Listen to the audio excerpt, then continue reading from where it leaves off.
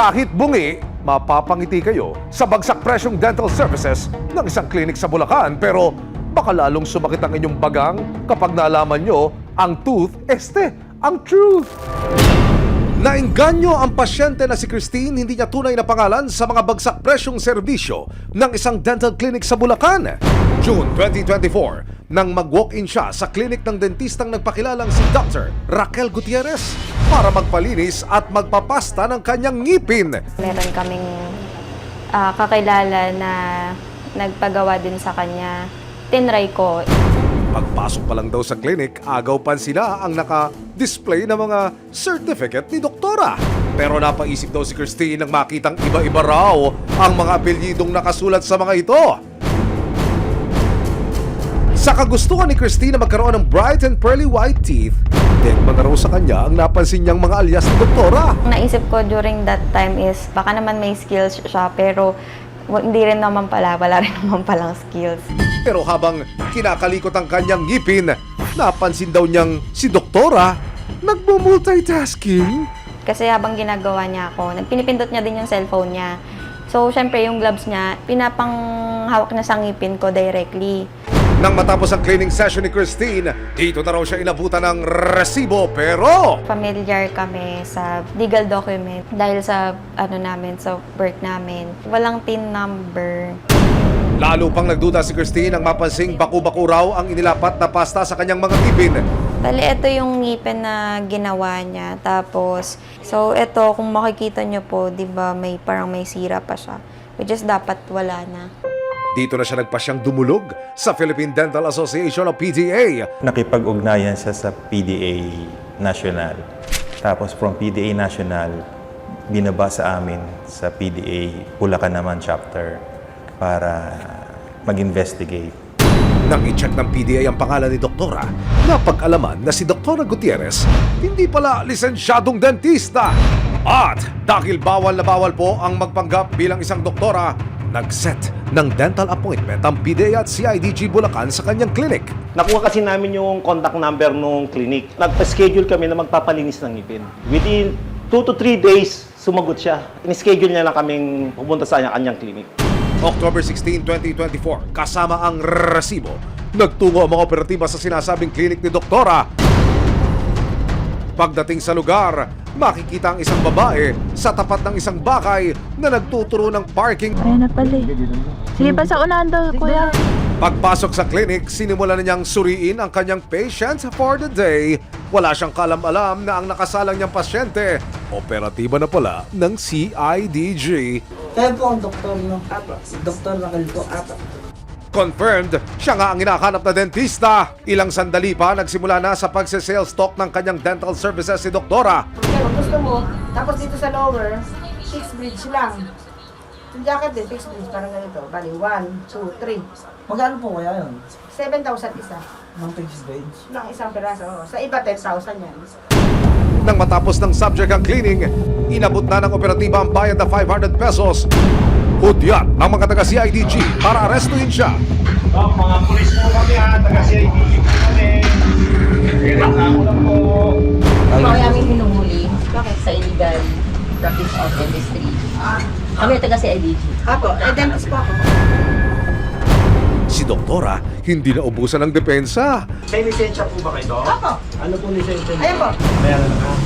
Dok, may lisensya daw eh. Ma'am, may license po ba kayo? Ako, yung pinit license. Pwede po ba makita, ma'am, yung license niya? Nakuha niyo na lang, ma'am. Eh, nakasusi yung kwarto ko.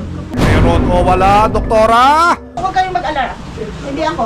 Willing akong mag-ano. Kung ako, illegal talaga ako. Pwede ako. Sumama sa iyo, ikulong niyo ako. Walang problema. Tama po ba? Nakanin po siya kay... Pero si Doktora wala na yatang masabi at napaupo na lang. Okay, aminin ko. I will tell you the truth na.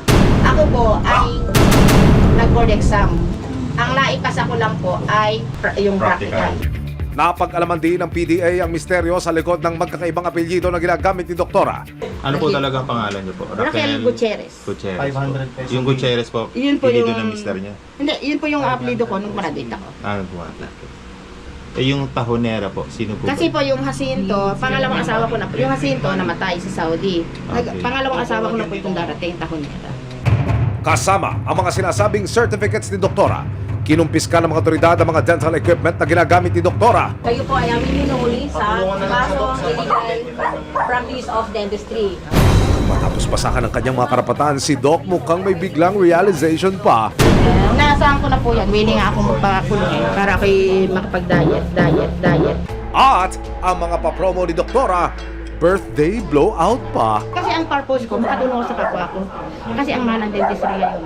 Di ba? Kaya nga, dahil hindi masabi ko may promo ko, kasi birthday ko, pasasalamat yun ni Lord sa binigay sa aking buhay.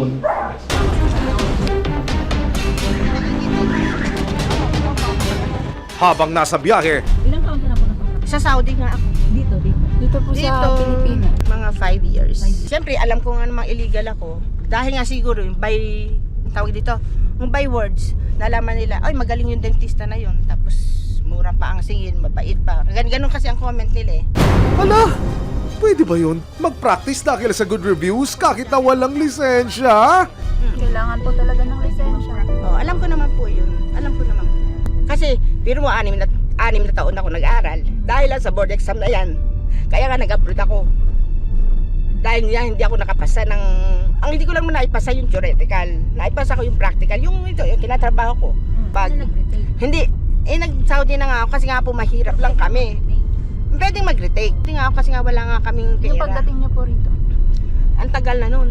Kasi tapos ang retake pa, iulitin lahat. Wala na akong maisasagot. Anong babagsak? At speaking of time, time's up na sa inyong pagiging lisensyadong dentista kuno. Naharap sa kasong paglabag sa Republic Act 9484 o the Philippine Dental Act of 2007. Alam niyo po ba na nakuhuli kayo? Actually, inaasahan ko na yan. Buhat nung pinasok ko yung pagmamalpractice, talagang nakahanda na yung loob ko na darating ang araw na may magsusumbong kasi nadyan yung inggit sa ating mga tao, yung crab mentality.